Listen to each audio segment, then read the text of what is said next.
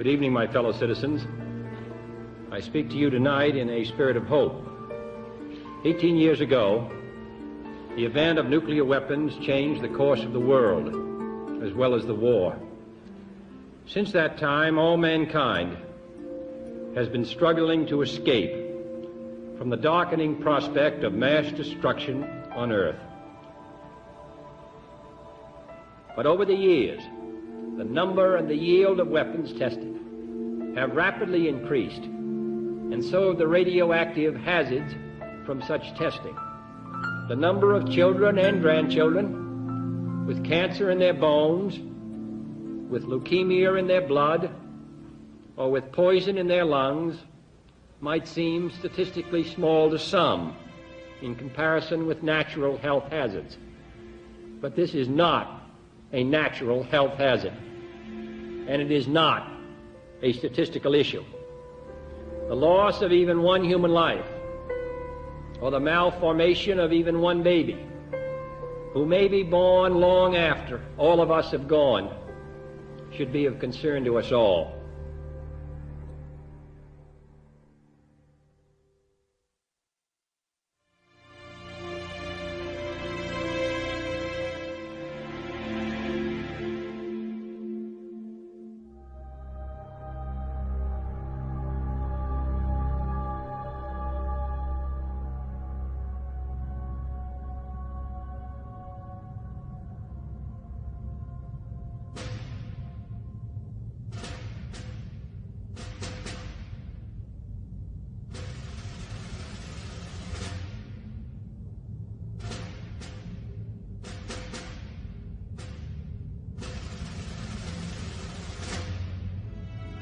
After the first Gulf War, thousands of American soldiers returned from Iraq complaining of a variety of troubling symptoms that collectively came to be known as Gulf War syndrome.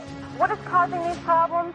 Well, we only know that it's called Gulf War syndrome and that it's more complicated than what the mainstream press is reporting. The Pentagon refused our interview requests and also refused to answer our written questions.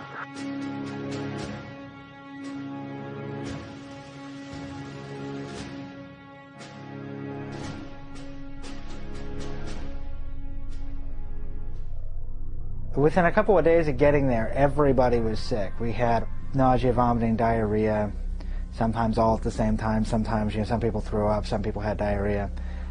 Everybody in this one, it was like 90% of my unit. Originally, my symptoms was respiratory distress, diarrhea, and unsteadiness. But as a female vet, I did not want to go to sick call and look weaker, which is a stigma in the military. I came down with severe body pains all throughout my body, and it was like a severe case of the flu. And I'd never had anything like that in my life. And I'd always been in excellent health prior to that. I got out of the service in 2003 with the multiple problems. I was a type 2 diabetic. I also had high blood pressure. My legs were getting infections. The skin on my feet and in my toes, they were cracking and bleeding. Basically, now I feel tired all the time, and I don't sleep. My tongue and my gums split, and they started bleeding real bad, but the sergeant that was next to me had no effects at all. And it was almost instantaneous.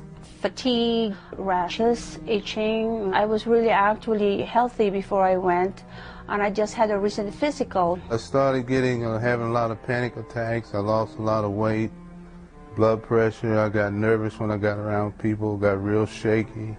I'm tired all the time. My joints hurt.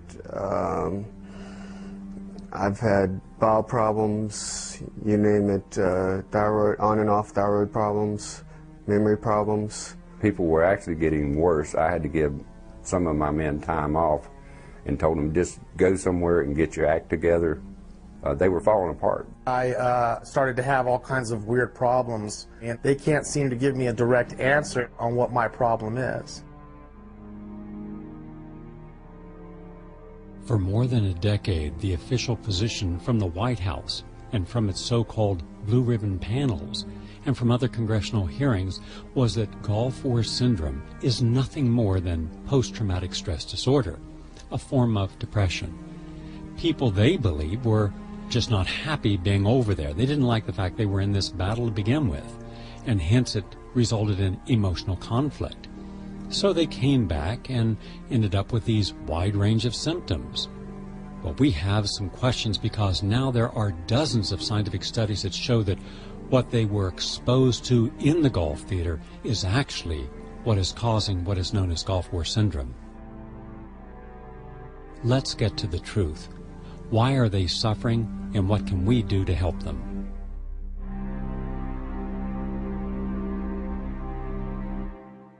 The Gulf War veterans were, without a doubt, exposed to biological and chemical weapons, radiation weapons, the vaccines. Our troops were exposed in no uncertain terms, have come back with the symptoms of those exposures, but yet have been denied treatment.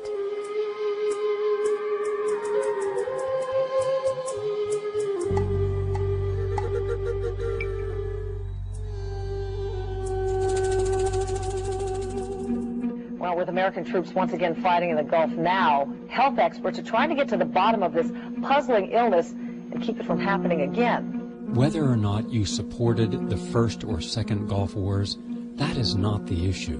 What is the issue is that very brave American soldiers went over there to do their duty and to fight. Over half have come back sick or are now sick, and the government is denying any responsibility to help them. The Pentagon says it simply isn't true, but the Pentagon refused our interview requests and also refused to answer our written questions. So all we can do is cite a statement from early this year that the Department of Defense physicians have found no clinical evidence for a unique illness. Who's involved in the cover-up?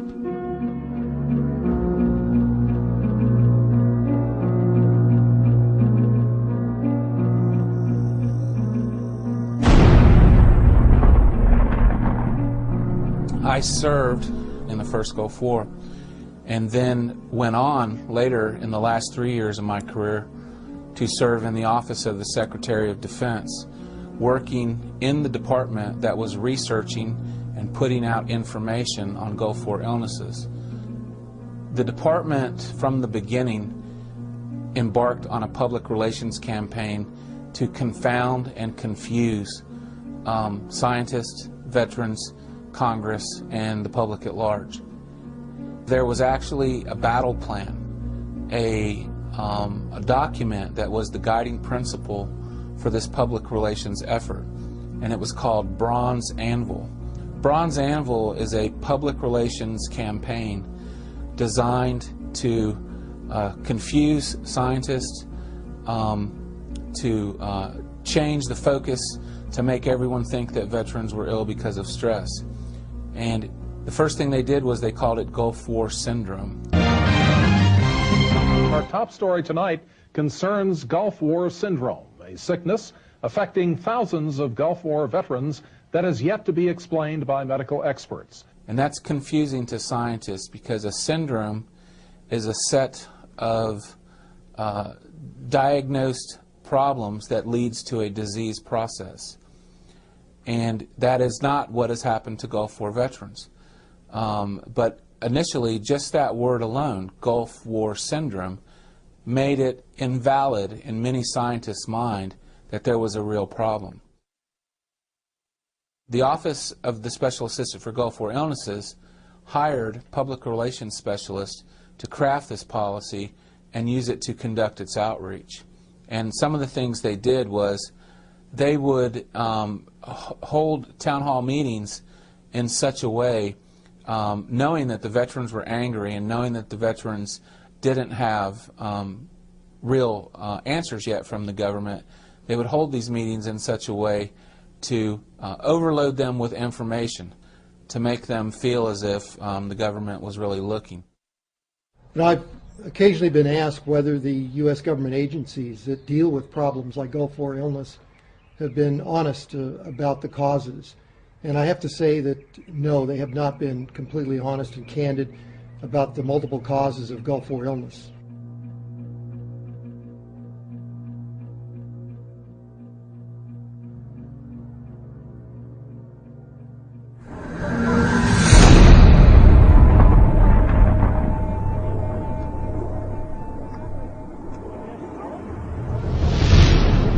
We have reason to believe that some of these illnesses may be the result of exposure to chemical and biological agents in that region.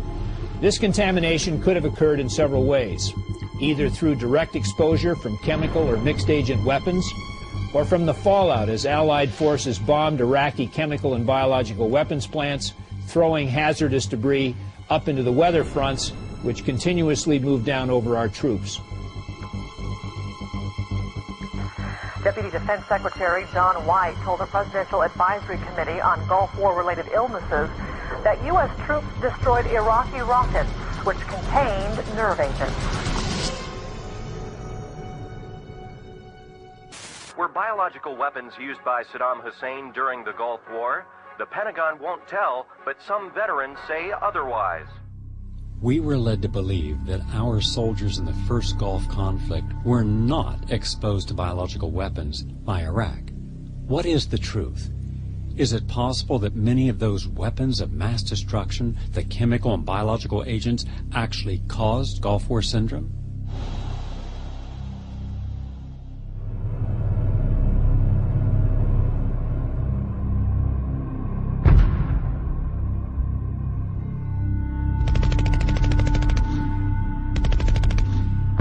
I was exposed to daily mortar and rocket attacks. When the helicopters flew over the base, the Apaches and the Cobras, there was a stench that blew up from the sand, and we never figured out what it was. But I got a bunch of sores from that on my skin, my feet, for months on end. One of the jobs I was given one day was asked to take my native divers and dive upon a Scud missile that had just dropped down into the port. I refused to put my divers on site because of the fish that I saw floating around in the bay. I studied marine biology in the University of California and decided that it wasn't from percussion that these fish were dying from, nor was it from the fuel that was in the rocket. I determined that I felt it was a chemical agent. As we see, most of our patients now admitted these days is due to gastroenteritis. That is, there is an inflammation or infection in the gastrointestinal tract. And the most common cause here is the infection due to waterborne disease. That is being the improper sterilization of water for drinking in our city. Because the war of Fallujah. So if we can see that these soldiers say they were exposed to chemical and biological weapons in the first Gulf conflict, why would we deny it? Is it possible that many of those weapons of mass destruction, the biological agents, were given to Iraq by companies in the United States? Well, there is absolutely no doubt that the United States government aided and abetted Saddam Hussein's chemical and biological warfare programs.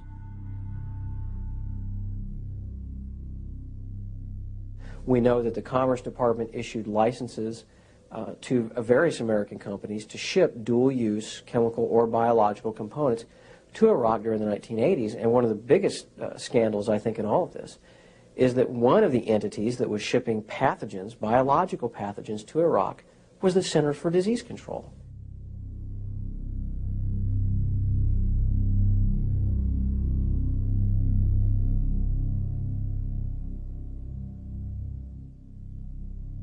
In doing that, we created essentially our own Frankenstein in the Persian Gulf. That's really what it boils down to.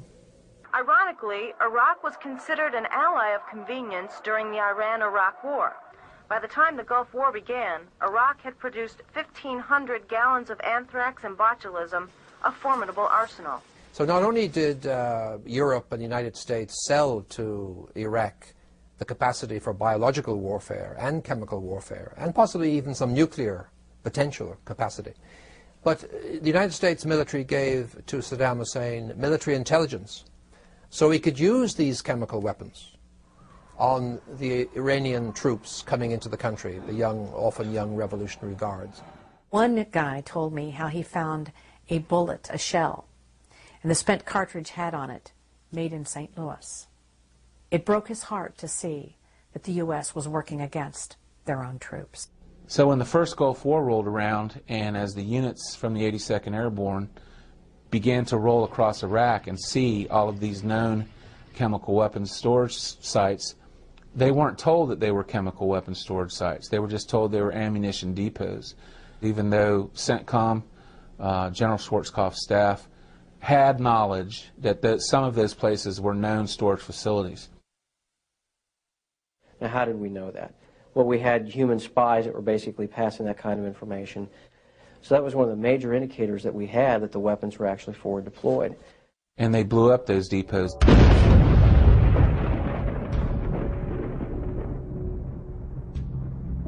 It is now known and proven that the destruction by the Allies of nerve, chemical, and biological agents during the first Gulf War exposed our GIs to these dangerous elements. Could this have caused Gulf War syndrome? We contaminated everybody in theater to some extent or another. We used protective overgarments, boots, masks. I don't think you have seen a single battle scene from the Desert Storm War where our troops were not in mock gear. DOD knew all the way back to 1988 with this report that dusty agents would penetrate our chemical suits in such profusion under such low wind conditions as to make our chemical suits totally and utterly useless. They still deployed us with this equipment. That, to me, is criminal negligence. They were not prepared. They had no chemical suits that were acceptable for that area or for chemicals or biologicals. In fact, later on, Isratex, the company that provided 800,000 of those chemical suits, was found to have provided defective suits. Once the cat was out of the bag, the policymakers decided that the best way to say that nothing had happened to soldiers was to develop a computer model. And in their first model run, they said potentially 50 people may have been exposed. They went back and then they came back several months later and said maybe 500 people had been exposed. Then they increased it to over 1,000, then 5,000, and then around 10,000, then around 20,000. It kept growing and growing. And then we learned that maybe some of the biological and chemical plants that we blew up, that the plumes from those explosions went towards our troops, not away from our troops. And now they're acknowledging that it was low level, but possibly our 100,000 plus of our troops were exposed to that kind of exposure. A top scientist at the Veterans Administration said today that soldiers face no greater long-term risk than would a factory worker in a chemical plant. We feel that these are levels that are very near what people would be exposed to occupationally without having ill effects. We've had a couple chemical alarm scares where we've had to put on our mask and our full chemical suit, and they all happen to be false alarms. There's little trace chemical in the air, but we think it's because the plants have been blown up in Iraq and the air is filtering this way. They say it's not enough to hurt you, though. There is evidence that there were 14,000 chemical alarms that went off during the first Gulf War, all of which were ruled as negative by the Department of Defense. We know from the troops that were there that there were, in fact, positive alarms or positive findings. We know that the Fox vehicles, which are especially utilized for this purpose, found the traces of chemicals. Unfortunately, much of that information was lost as it was taken from them so that there would be no evidence that there were positive findings. We know in General Schwarzkopf's logs, his own personal CENTCOM logs, there is evidence there, and we have copies of 3 of those showing that there were in fact chemicals in the battlefield area. The M8A1 alarm system will not only be one of the most reliable and effective warning devices in the field, its warning could well be what saves your life. It would certainly be a major international embarrassment that our soldiers became sick and died because of weapons we had sold to Saddam Hussein. So rather than acknowledging the thousands of chemical alarms that went off during the Persian Gulf War were real, they had to say that not a single alarm was real.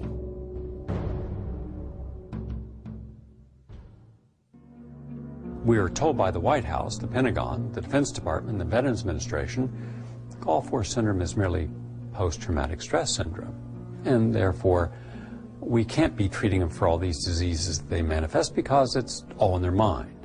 The Department of Defense, the CIA, the Veterans Administration, and the White House all had to conspire together to withhold this information.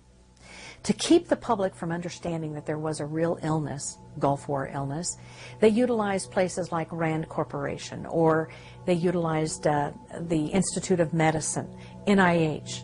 They would get these agencies to issue reports that, well, we can't figure it out, we don't see any problem here, and therefore they must be fine. It's by giving an independent, alleged, third party the information and letting them to decide that there is no problem, and then the VA cannot treat for anything that does not exist. Most of the troops that placed Gulf War illness on their compensation or disability paperwork were turned down immediately. Stress alone can produce a lot of the symptoms that the vets are having, and that doesn't mean that it's imaginary in their head. It's stress having a physiological and physical effect on their body. Dr. Michael Kilpatrick of the Department of Defense insists that stress is still a factor in the veterans' illnesses. We still don't have a test that says, yes, this exposure causes this brain damage. Then we got reports how many of them had gone forward to the medics and complained about being sick during the war, and yet none of those records were available. So all of those records were sanitized. In fact, I even got a memo that all information regarding those who had been in for treatment or attempted to get some treatment during the Gulf War, those records should be removed. After the first Gulf War conflict in 1991, the government, particularly the VA, was pushing the diagnosis of post-traumatic stress disorder for armed forces personnel that were becoming sick. At the time, we knew that this couldn't be the reason because of the multiple signs and symptoms that are totally unrelated to post-traumatic stress disorder. Also, many of the medical problems, not psychological problems, that these Gulf War veterans had. So we knew it didn't fit.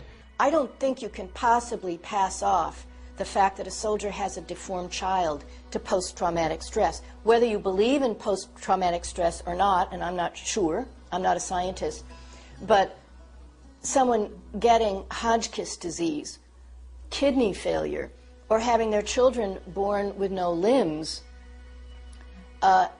cannot possibly be viewed as a psychological problem. And they actively participated in the character assassination of people, even in front of Congress.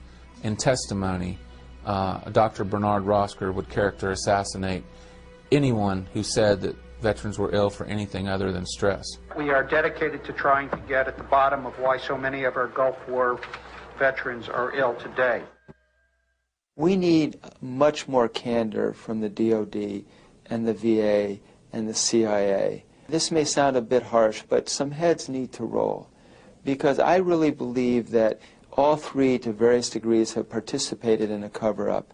We're at that point now where it's almost criminal, the lack of cooperation we've received from various government agencies. Clearly something happened. And to see, in essence, the stonewalling by both the CIA as well as the Pentagon, we can't let them just sweep this thing under the rug. At the end of my career in the military, in this office, I had the opportunity to get promoted, and I was so disturbed that my legacy had been that I had served in Special Forces units and Ranger operations, and everybody thought I was the best thing since sliced bread. But then I get into this unit, and it's designed to screw over the veteran, and that was the last place that I worked. And I was so disturbed that I didn't want them to touch the rank that I was going to receive and pin it on my shoulders because they weren't, some of the people there were not honorable people. The leaders at the top of this organization, they purposely set out to manipulate science and to steer science away from looking at the real exposures. Is there any indication now that the Department of Defense is taking this seriously? There are a number of documents that prove that the Department of Defense failed to disclose the truth about what happened during the Gulf War. They know what's going on, but they don't want the American public to know what's happening. Senator Don Regal made a statement in one of the Senate reports that states, yes, there's a mental problem, all right, but it's over at the Department of Defense. The chemical weapons were seen at Camisea. They knew full well the countries that had transferred these biological and chemical agents. Our troops saw them over there. They knew the coloration of those weapons. They identified those weapons. And yet you have General Schwarzkopf and Powell doing everything they can to cover up the information that would have saved the lives of many of these troops. My fellow citizens, events in Iraq have now reached the final days of decision. Intelligence gathered by this and other governments leaves no doubt that the Iraqi regime continues to possess and conceal some of the most lethal weapons ever devised. No act of theirs can alter the course or shake the resolve of this country. We are a peaceful people.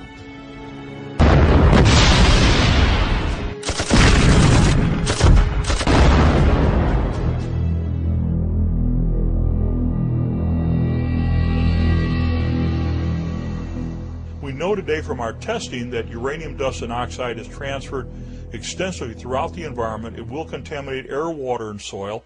And most specifically, as stated in the U.S. Army's own Common Task Training for Response to Uranium Munitions Use, it will contaminate food and water. One of the significant warnings that came about in a Pentagon briefing prior to Gulf War II was issued by U.S. Army Colonel J. Edgar Wakayama in a briefing to the Pentagon. In there, he identified all the serious adverse health effects, but one of the concerns that they expressed immediately was that children playing in these contaminated environments throughout Iraq or any other areas was used in Afghanistan, also into the Balkans, and now in Somalia, and also into Lebanon, would be exposed through inhalation, ingestion, and absorption, and therefore we would see significant adverse health effects within the child in the children population. I think it was 2002, I gave evidence to the U.S. Congressional Committee on Veterans Affairs. They came to London, to the House of Lords, to take evidence on the health effects of depleted uranium. And they were quite impressed at the time, and they said that they would certainly ensure that this would be published. But in fact, I never heard any more from this, so I imagine that somebody squashed it at some point down the line.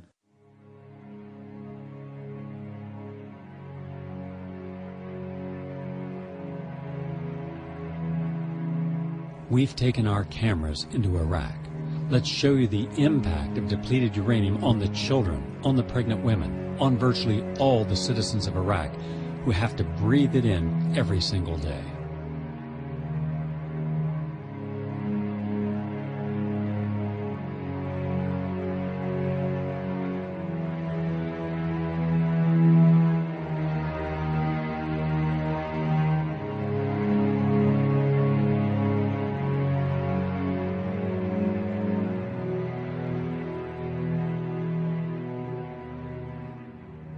The fact is that Iraq is now a radioactive zone, and really everybody should leave it, including the troops. This is like Chernobyl.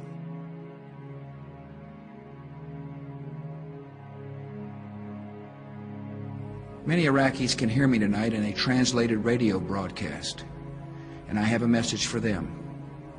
If we must begin a military campaign, it will be directed against the lawless men who rule your country, and not against you.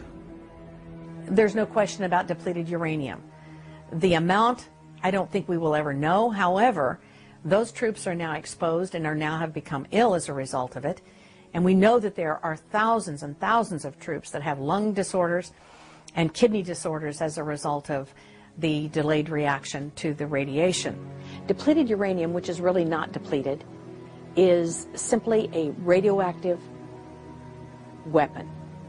It is, in fact, a weapon of mass destruction. We will tear down the apparatus of terror, and we will help you to build a new Iraq that is prosperous and free. Our weapons have caused incredible disability, not only to U.S. troops. They're having an epidemic of cancer in children now in Iraq. Little children are dying steadily in huge numbers from their inhalation of the radioactive iodine. The tyrant will soon be gone. The day of your liberation is near. And they don't know of the billions of years of legacy this weapon will leave behind. The use of uranium munitions and the destruction of the Iraqi's infrastructure has turned Iraq into a radiological and chemically toxic nightmare, a sewer, a garbage dump for eternity. What is depleted uranium? How does it manifest itself, and what danger is it? The Pentagon says, no problem. Depleted uranium, it's safe. The GIs say, not true. Depleted uranium is a causative factor in what is called Gulf War syndrome.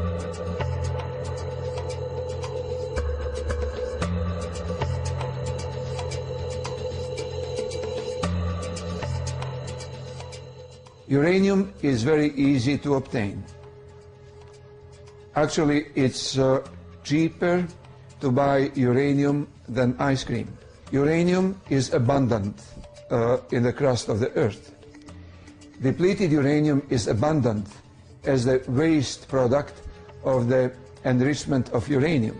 Uranium, whether depleted, natural, or enriched, all of them are emitters of alpha particles. When it ignites, it releases atomic particles of depleted uranium, and they are baked by the high temperature to the invisible particles of dust that are suspended in the atmosphere all the time. Now, in those dust particles, which are permanently suspended, permanently inhaled and exhaled, uranium isotopes are present. Depleted uranium enters the body and gets lodged in the lymph nodes, which have capacity of producing a lymphopoietic system. Now, they're not soluble. This is the key to uranium oxide. It's extremely insoluble. The half-life of uranium oxide in people is more than 15 years. This is the half-life. That means if you take in a certain amount of uranium, half of that will still be in your body 15 years after you've inhaled it. Now, it's always going to be in the same place. This little particle will be in the same place, and it will be shooting out alpha particles, and the cells around this particle will get a very high radiation dose.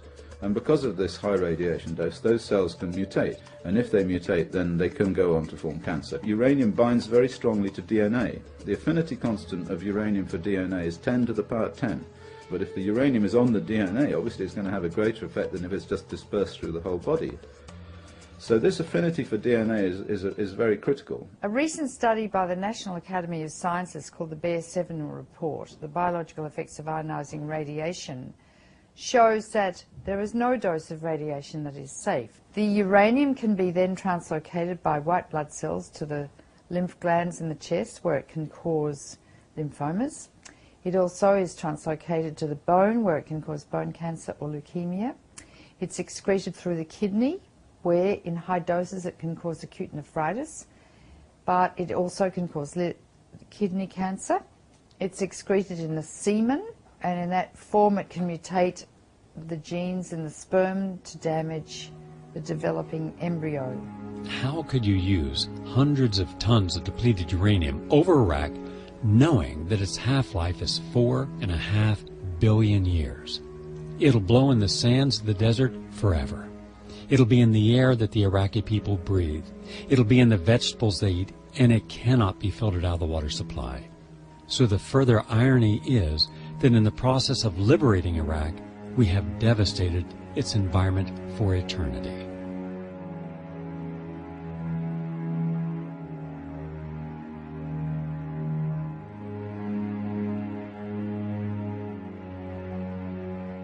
The people of Iraq have the same illnesses and sicknesses and conditions that our own soldiers have.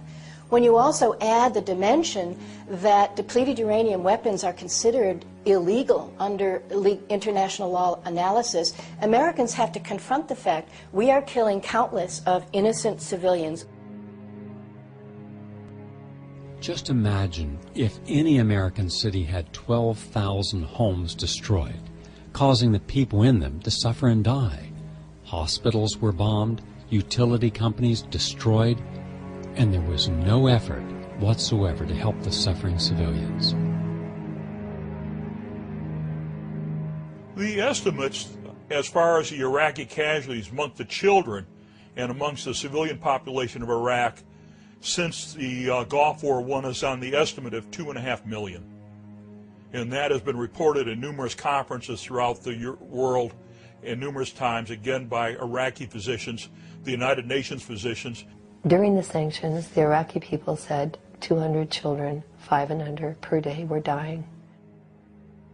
We don't know right now how many children are dying, although recently I had a report from a friend in Iraq who told me that 150 children per day are dying from dirty water diarrhea and dehydration and lack of access to antibiotics and lack of access to hospitals, because in this environment of intense lack of security, it's very impossible to take your children for the treatment that they need. Many physicians, 25 to 50% of physicians, are estimated to have left the country. So access to appropriate medical care becomes more and more difficult for these people.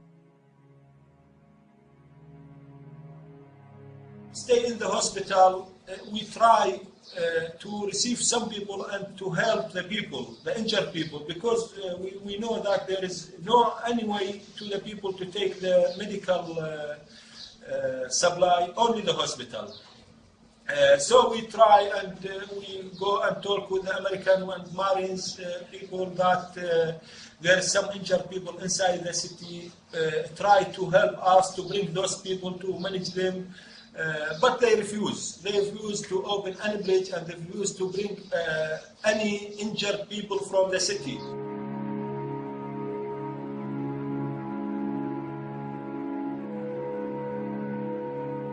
What we're doing in Iraq in the name of freedom and democracy and all this good stuff, we are maintaining the death rate for civilians.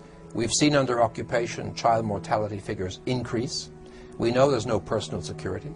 We know that children are no longer able to have proper health care or go to school. Their plight is in fact worse than it was under sanctions before Mr. Bush.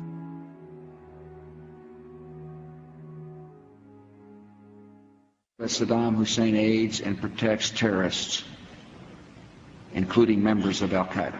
There was a relationship between Iraq and Al-Qaeda. How do we restore confidence that Americans may have in their leaders, and to be sure that the information they're getting now is correct? That's a great question. First, just if I might correct a misperception, I don't think we ever said, at least I know I didn't say, that there was a direct connection between September the 11th and Saddam Hussein.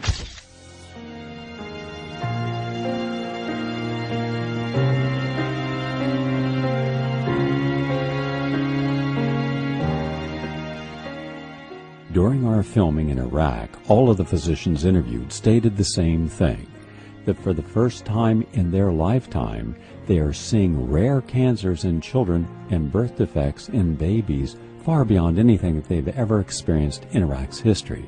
In fact, they've stated that 125 to 150 Iraqi babies are dying each day from what they believe is from the contamination of the air, water, and soil, and also from depleted uranium.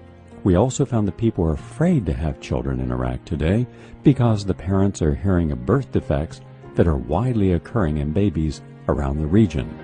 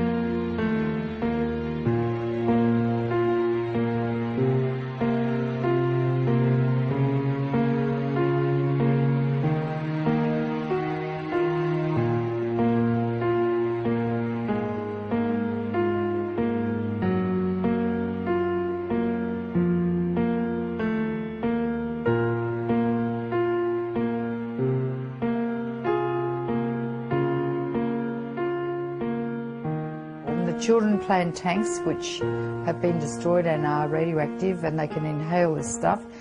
Children play in the dirt and they inhale the radioactive material.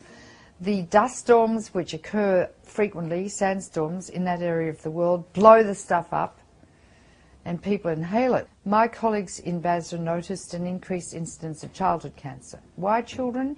Because they're very sensitive to radiation, 10 to 20 times more sensitive and susceptible to getting cancer from radiation than adults. The incidence of childhood cancer in Basra now has gone up 700% or 7 times. We've never seen this in medicine before. Depleted uranium, it's a very dense, heavy metal, and it's able to penetrate the most armor of any type of material used. It is a very minor amount of radioactivity, but it's not anything that, as long as it's in its bullet form, it can be stored, and it's not any type of hazardous material. Once it hits a vehicle and vaporizes, then it becomes more of a hazardous material.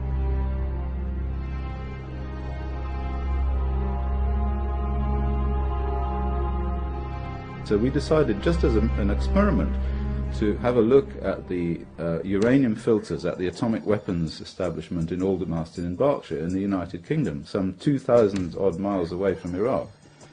And what we discovered to our amazement when we plotted this data, and when we looked at this time series from 1998 right the way through to 2004, we found there was only one big accession, only one big peak in the uranium concentration in Britain, and that was at the time of the Gulf War, Second Gulf War. So we know now also that not only uranium is extremely hazardous and it causes all these things that I've said, these cancers and leukemias and birth defects and so forth, but it also can be dispersed over very large distances, which effectively makes the use of uranium a weapon of, well, not mass destruction, but indiscriminate effect, and that makes it illegal under all the conventions of war, certainly the Geneva Convention. And so people all over the world are going to inhale this dust in various concentrations depending upon the weather patterns and the weather flows. So there will be a big spike of uranium genetic damage in the world genome population, not just in the people, but in the animals, in the earthworms, in the birds, in the rats, in the deer, in every single living system that lives in zones where this uranium will have gone to. And this will lead to increases in infertility, into increases in birth defects, increases in cancer, increases in a whole range of illnesses. It's a very, very serious problem. I examined 24 veterans from the Army Reserve Unit, which just returned from the Persian Gulf. Just as a matter of curiosity, I took the urine samples of those patients and sent them to radiochemistry laboratory of the United States Army in the Aberdeen, Maryland. But I waited for 3 months for radiochemistry lab to give me the results. They never contacted me. So one day I went on the telephone and spoke with the head of that laboratory, and he claimed he never received my samples. So I went down to uranium registry, and we traced through the US mail that samples were actually sent and delivered to radiochemistry lab in Aberdeen. I contacted them again. Samples were discovered on some shelf in the basement. They were analyzed, but they were all negative. So I said, fair enough, they're all negative. I will analyze them at some other place. Then hospital management came to me, including chief of staff and hospital director, suggesting that I do not do these studies because it would be futile work. And I said, I don't think so, because my professional judgment suggests that there could be radioactive contamination of soldiers who present with this strange wasting disease with the symptoms that were totally non-specific. So I took those samples of urine and sent them to the different lab, an eminent laboratory in Canada at Memorial University in Newfoundland, where we analyzed those samples, and 67% were positive. I wrote a letter to President Bill Clinton in mid-90s when I was harassed by the Veterans Administration to stop my work. And in my letter to President Bill Clinton, I said in one sentence, I have been delegated by the government of the United States to take care of the sick veterans in my department. And disappearing samples, destroyed records, and so on, really point to nothing else than conspiracy against the veterans of the United States. President Bill Clinton received my letter, and he appointed a commission to investigate my charges. And it went to the repository of the government bureaucracy with nothing much coming out of it, except for RAND reports, 2 huge books, which made the statement that there is no risk and danger from depleted uranium. What we have seen in the Iraqi population and the adults and the children from Gulf War I into Gulf War II is significant respiratory problems. We're seeing significant kidney problems. We're seeing significant rashes. We're seeing incredible birth defects. And these birth defects range the whole area from malformed limbs or limbs that are missing to the same thing where you have all types of, say, for example, a single eye or one eye is missing or something like that. And deformities are just extensive. Again, this is something that has been observed repeatedly from Gulf War I, has been observed in the Balkans, been observed in Afghanistan, and has been observed in other areas throughout the United States where uranium munitions were used and children were conceived or exposed. One atom of alpha-emitting radioisotope in the vicinity of highly radiosensitive cell, like stem cell or cell of ovary or the testicle or the mucosa, have capacity to damage those cells. Uranium, depleted or non-depleted, but depleted in particular, is dangerous in the vicinity of non-differentiated cells because it can cause the genetic changes, and it can cause changes in the many generations that are following our time.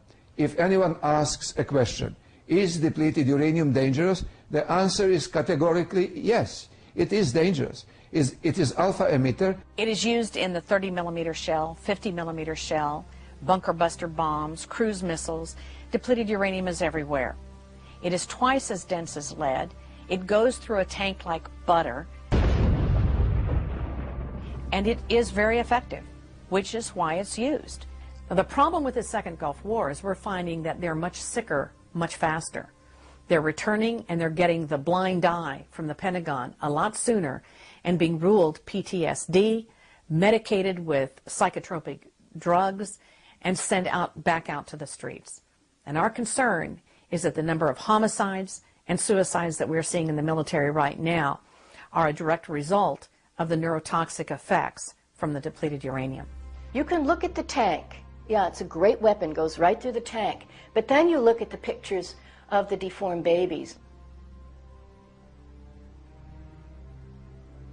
Then you read the statistics of American soldiers and unusual cancers. Then you look at the statistics of many, many other illnesses and conditions, and you say, oh, wait a minute, this is inhumane. This weapon is making people sick who aren't even soldiers, and not only that, it's killing people and maiming them in a way that is simply inhumane.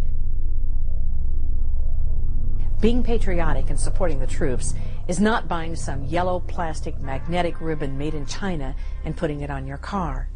It is standing up against the odds of saying, no, sir, you are lying. The evidence, the epidemiological evidence for the health effects of uranium are very confused, very confused.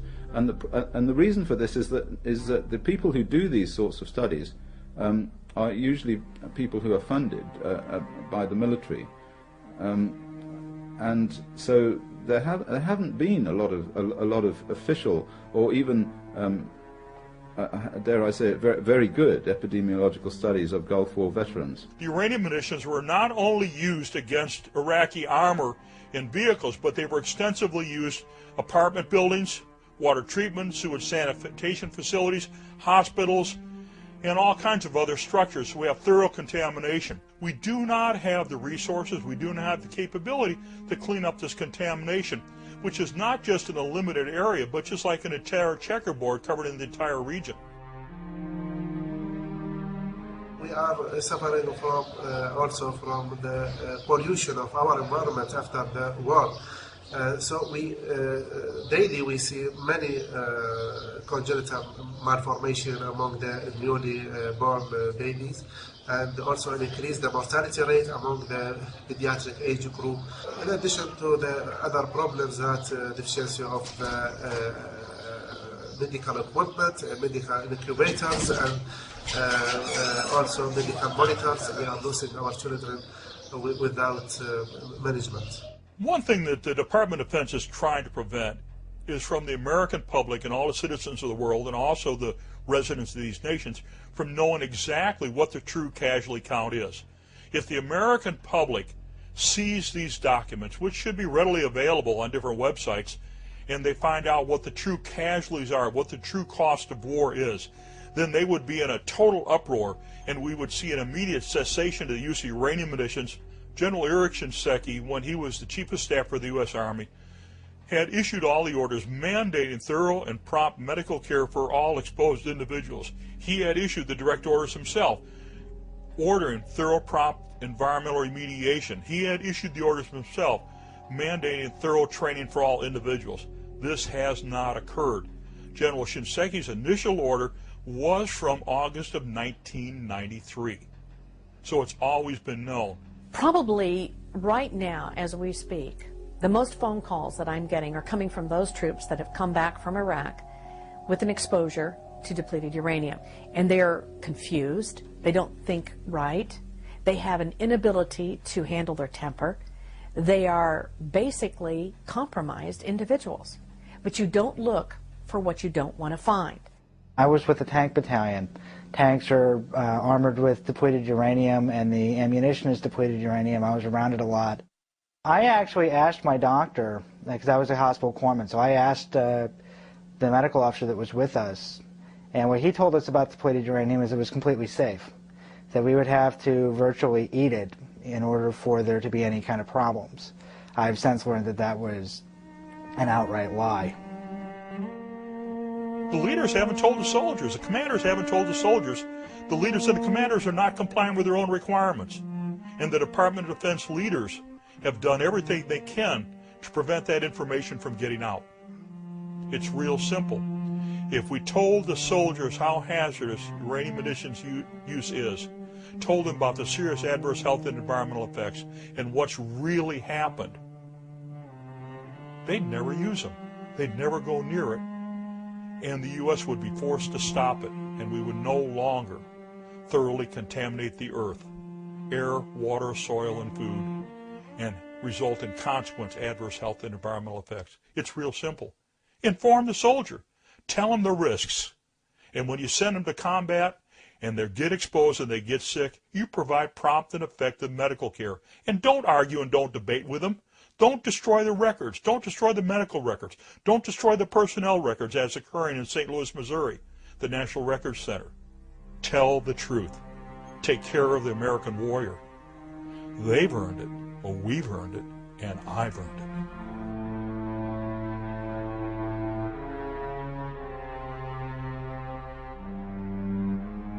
What about the women and children, the brave women who have served in Iraq? The brave wives of soldiers, the hundreds of thousands of innocent Iraqi women and children. Let's take a look at some of the biological effects that they are suffering from. I am really dreadfully afraid to try and conceive and carry a child. I am just looking at my hair and my memory and my skin and things like that. I can't imagine what's happening on the inside of me and what may have happened to that very fragile genetic material that's in the ovaries. It scares me to death to try and think about carrying a child. I had one doctor tell me, he was an Air Force doctor, matter of fact, captain, who did not physically examine me, but spent 10 minutes with me in his examining room asking me questions. And after discussing the gynecological problems, he looked me point blank in the face and asked me why I even wanted to get pregnant, why even try. I left there in tears that day.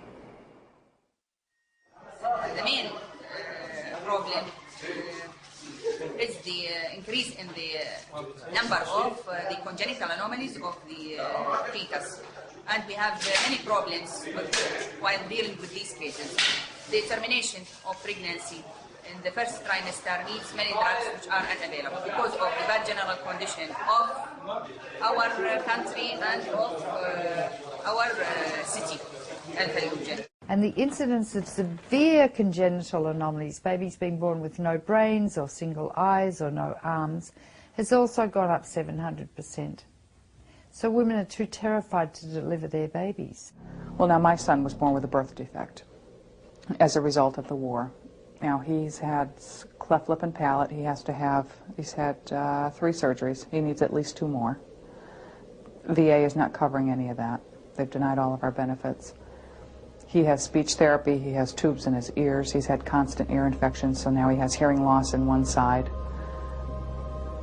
He has no father. He died when he was 2. He was not pleased that we were going to have another baby. Not that he didn't want to have another baby, but he was afraid. He was afraid of what he was exposed to. I didn't share that concern at that time. I was just thrilled. And then my son was born, and my husband carried the guilt of that child until he died. He carried that guilt with him. He always blamed himself for it.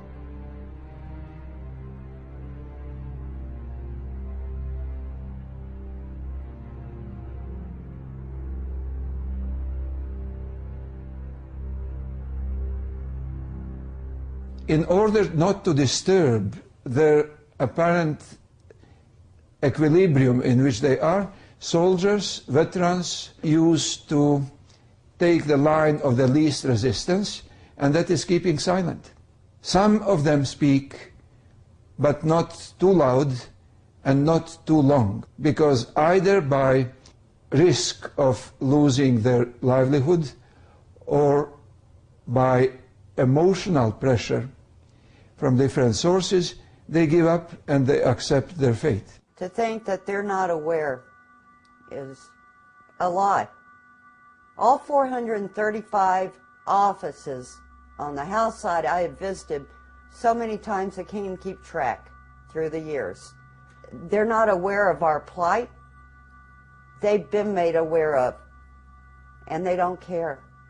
We go in, meet with them, give them a briefing, give them the information, and we come out with laws that are one piece at a time. And we're 16 years into this, and we still have veterans that aren't getting treatment, that aren't getting diagnosed the appropriate way. And they're dying. What we have seen now, and very specifically, the members of the New York Army National Guard, the 442nd Military Police Unit, they were deployed over to Iraq. They were exposed and put into areas where it had not been cleaned up as required. They were not provided the training. They were not provided equipment. And one of those soldiers conceived a child after he had been exposed, confirmed hot, and that child was born with similar birth defects that are observed readily in all the other children, whether in the Balkans, Afghanistan, up at Concord, New Hampshire, or in Iraq. Can you imagine that you're paying for this horrible weapon to be used? You're paying for soldiers to be trained without real training, without real knowledge of the weapons they're using. They don't know about the chromosomal damage. They don't know about the birth defects to their own kids. We have to go back to the basic premise. The Los Alamos Memorandum, issued in March of 1991, followed up by the United States Army Environmental Policy Institute directive from December of '92, was very clear. Thou shalt ensure the use of uranium munitions in combat through active proponency and altering of all documents that refer to the serious adverse health and environmental effects. Just imagine, in a thought experiment, if you will, that when the human race has wiped itself out with all the toxins and absurdities that it goes in for, that a Martian historian lands in a flying saucer, and we are now watching a Martian television program about this lost civilization on Earth.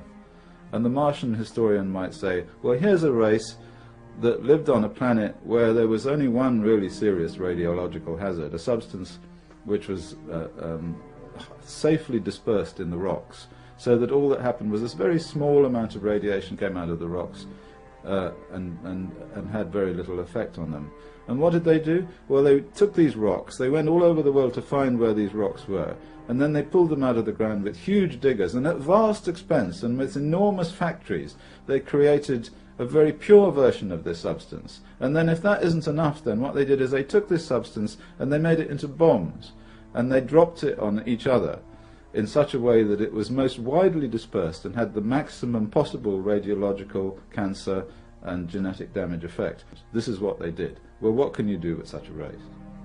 Between 1991 and 1999, measurements it became possible to measure depleted uranium in the environment, and by 2003, Gulf War II, for the big bombs, the bombs that started to be employed, they started to use ordinary uranium. The ordinary uranium could not be distinguished from uranium in the environment. Even if we don't have evidence that this is so, it would be almost likely that it would be so, and that the US would start using ordinary uranium in big cruise missiles and bunker-busting bombs. The point is this, that we have measured large amounts of uranium, ordinary uranium, in the urine of the Gulf War II veterans.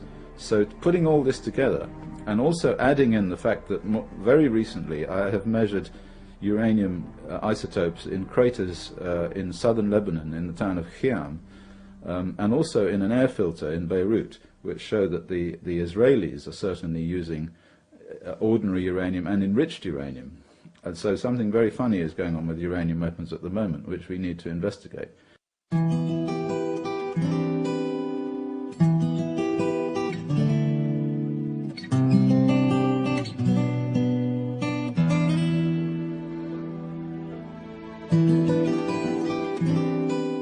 How is it possible that a person who never went to the Gulf now suffers from Gulf War syndrome? Lots of GIs are now sick, but a lot of them were stateside. What did they all have in common, those that went and those that did not? Botulism and anthrax vaccines. Let's explore the role that vaccines have in Gulf War syndrome.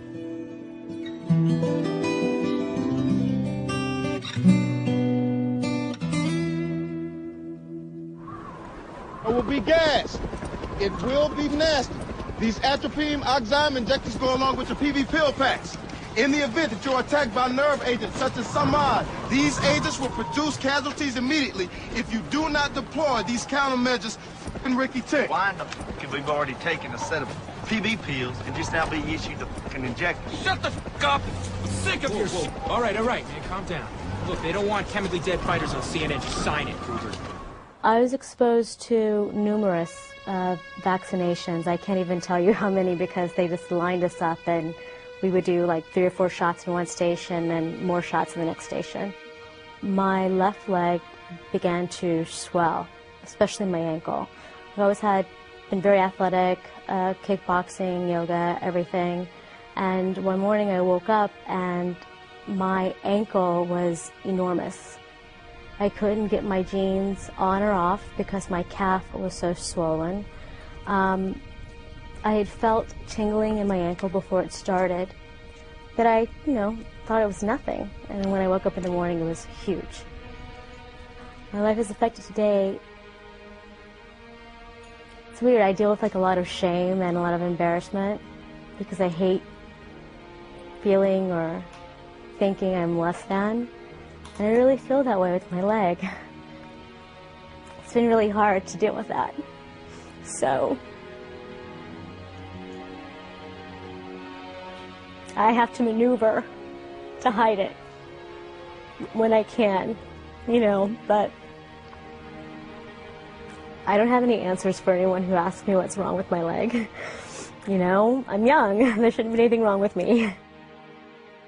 I woke up one morning and these knuckles in my hand were like golf balls, and I just kind of blew it off. Maybe I injured something or an old injury, and about 2 days later I woke up and my feet were swollen like elephantitis. Purple, I couldn't walk on them, they were very tingly and sensitive, so I would have to crawl. And at this point in my life we had a newborn son who I was trying to take care of also. And so I would have to crawl to his crib and lift myself up and get him out of the crib and crawl to the, I mean, it was amazing.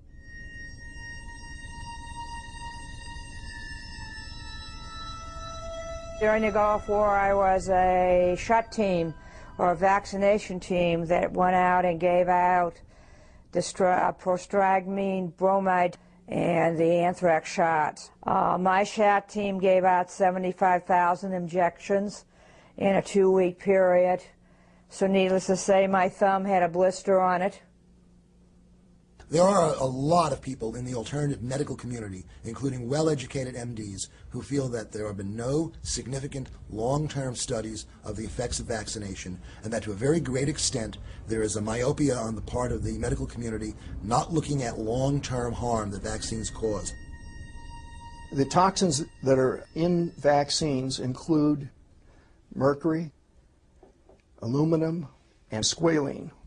Squalene is an oil distantly related to cholesterol that has a very interesting effect when it goes into the human body in the form of an injection. Patients who've received the squalene anthrax vaccine have ended up with illnesses like multiple sclerosis and systemic lupus erythematosus and bronchial asthma and psoriasis, and the whole rash of autoimmune diseases can be brought on in these military persons who served in the Gulf War. Because of the potential anthrax threat, last year the Defense Department ordered vaccinations, and one of the first in line was Chief Master Sergeant of the Air Force, Eric Benken. Despite isolated protests, the vast majority of medical experts endorsed the vaccine's use.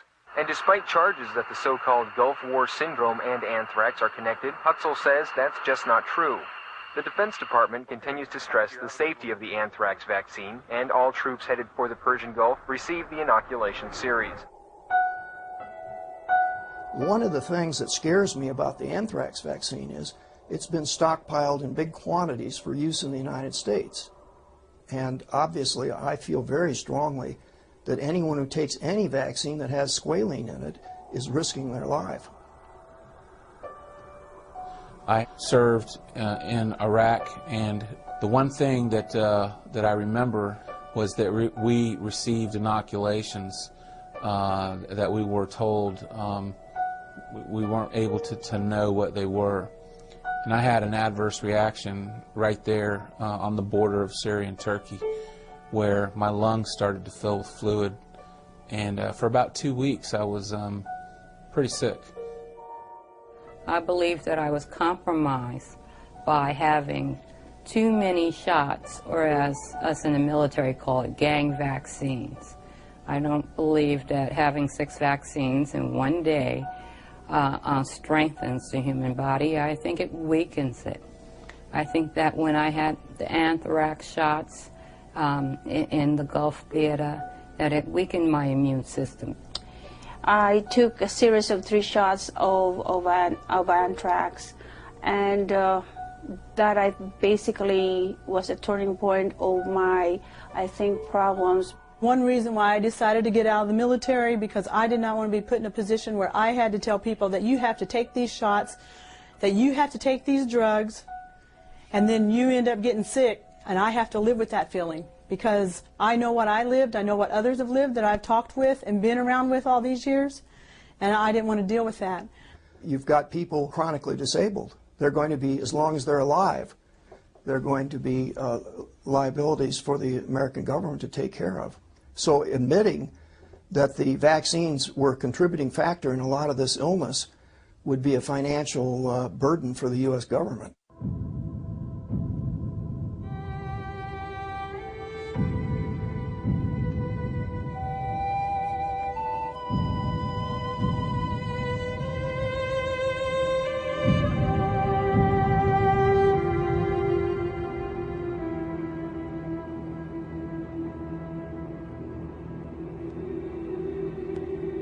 Real soldiers deserve real help. Support veterans with Gulf War illness. Researchers say they have isolated an unusual microorganism in the blood of sick veterans. one they think was genetically altered as though it were designed for germ warfare. Much of their research has pointed to a very small, little understood type of bacteria called mycoplasma. You've tested hundreds and hundreds of different individuals. We've tested hundreds of individuals. That's correct. Many, what's the percentage that you found were infected with this bacteria? About 45%. 4 different approaches to the Pentagon, including Colin Powell, failed. All interviews were ultimately denied. Why the reluctance to talk about this? Something needs to be done before my wife dies, before I die, or any other Gulf War vets die. Some are claiming that they were human guinea pigs and that historically the military has used our GIs for their experiments. Could this be why our troops are suffering from Gulf War syndrome? Well, we know that the military has been involved in testing of biologic agents, and in fact we think that the mycoplasma is an incapacitating biologic agent, not designed to immediately kill people, but designed to render them ill. And one of the things that we've felt all along is that this is one big test, one big scientific experiment to see the results of a weaponized mycoplasma, a weaponized incapacitating biological warfare agent on large numbers of people. We know that experiments were conducted in the Texas Department of Corrections. These were experiments that were done under the supervision of the Army and people that worked for the Army. These experiments were done on prisoners without full informed consent. Many prisoners died. We somehow got involved in it because the prison guards were getting sick, because these are slowly transmittable infections, they're airborne infections. And they were coming to us for help because they had the same signs and symptoms as the Gulf War veterans.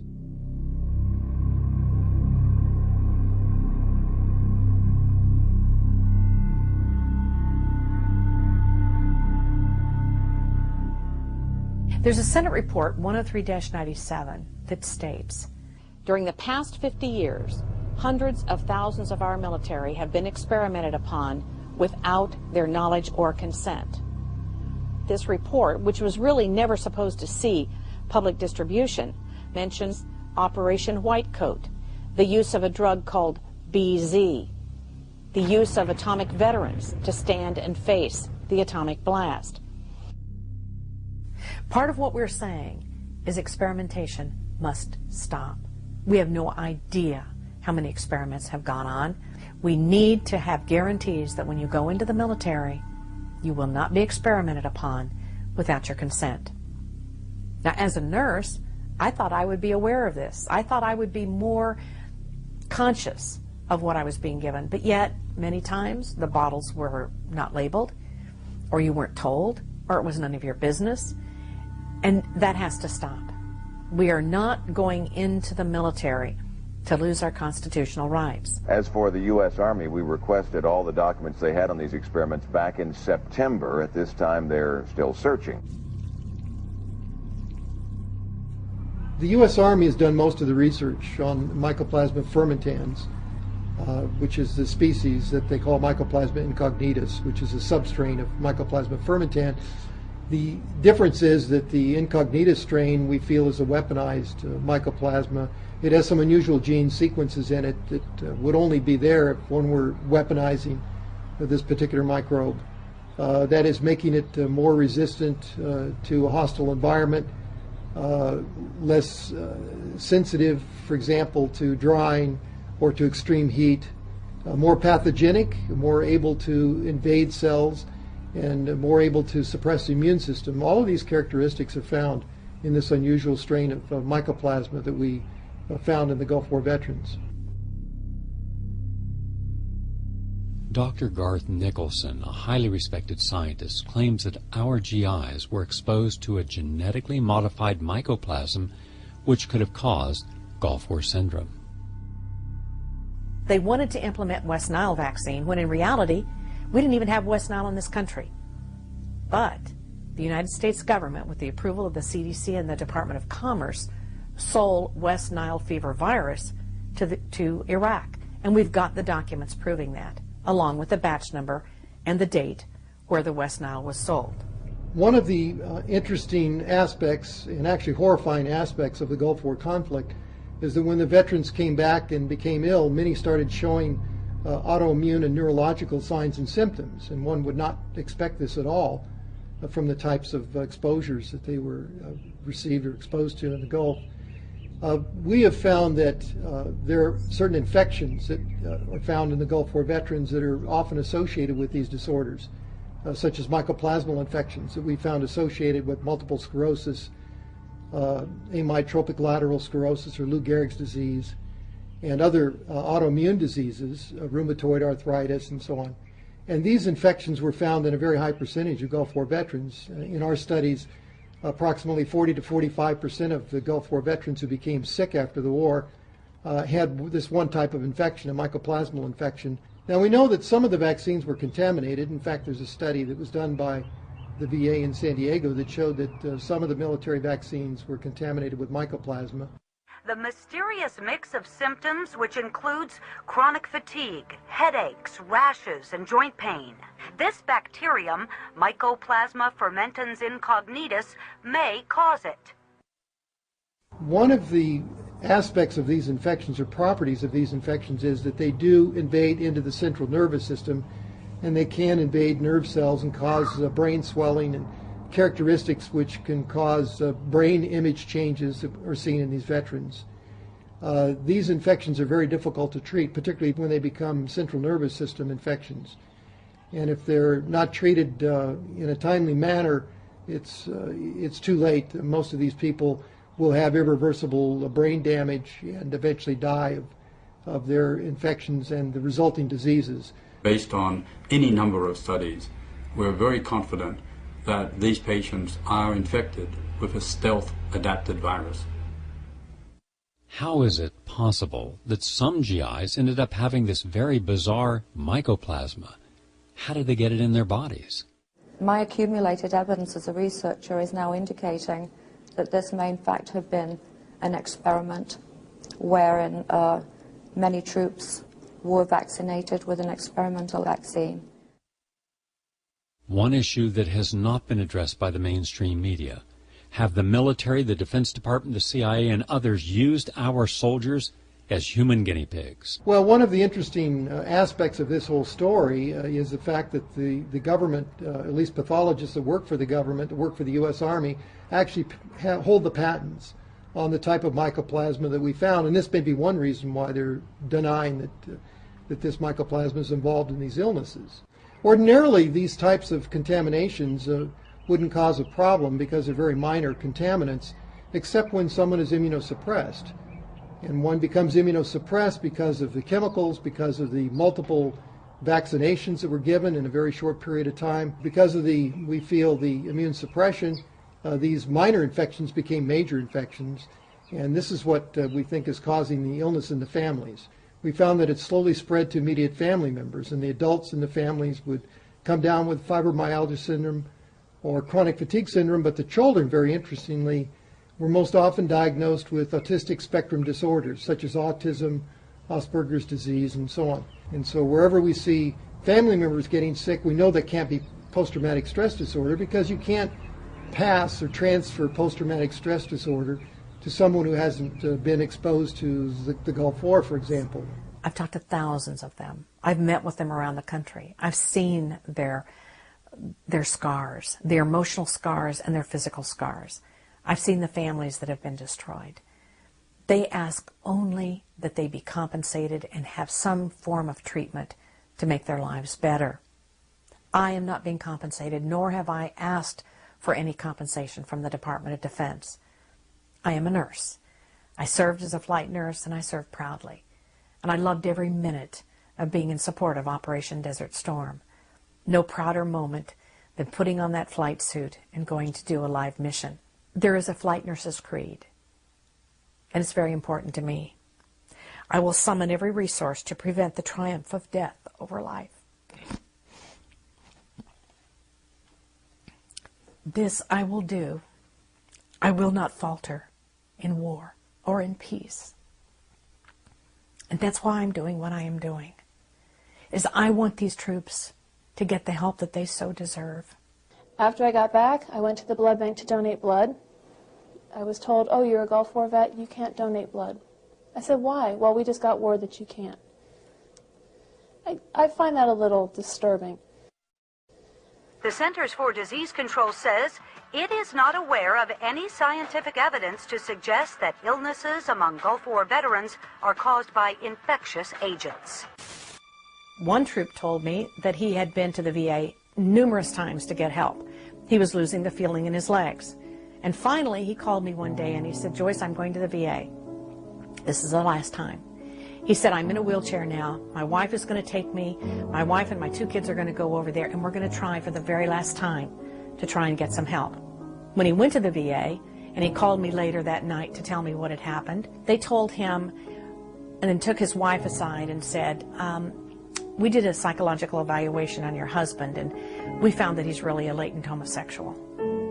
And that just enraged his wife so much. They literally had to remove her from the VA. She said, how dare you say that in front of my husband, in front of my 2 children here? You know that's not the truth. But they would do anything, absolutely anything, to keep it off an objective physical finding.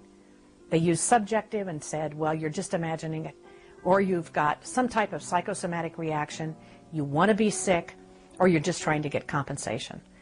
And for the majority of these troops, that just, it hurt them more, I think, than actually the illness itself.